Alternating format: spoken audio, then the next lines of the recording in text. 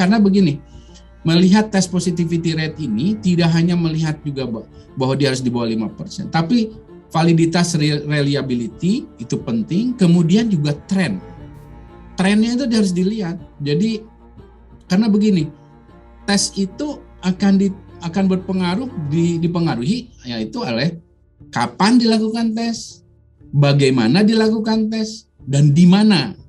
3 itu akan mempengaruhi hasil tes positivity rate-nya.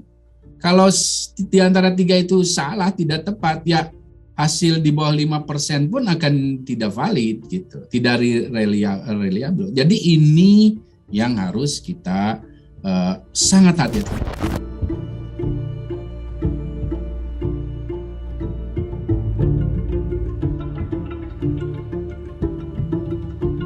Karena kalau bicara 5%, ini pun tentu harus dilihat ada faktor lain, yaitu selain tren dari tes positivity rate-nya, juga konsistensi. Yang terjadi saat ini ya naik turun gitu.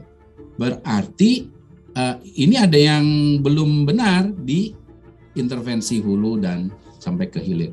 Nah, artinya begitu. Jadi artinya saya sekarang belum bisa mengatakan benar-benar Indonesia dalam kondisi terkendali. Jadi kalau bicara aktivitas harus sangat ketat protokol kesehatannya ya.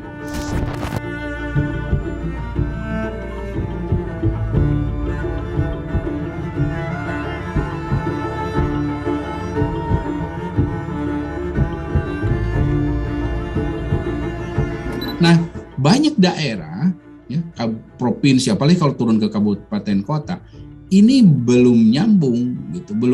Nah, ini yang harus diwaspadai sehingga masyarakat tidak boleh abai, tidak boleh merasa wah ini tes positivity rate-nya udah ini kita nggak seperti itu, karena data lainnya kita masih dalam penularan komunitas, kematian masih tinggi ya. Bahkan beberapa provinsi bornya masih tinggi, masih di atas 50%. Gitu.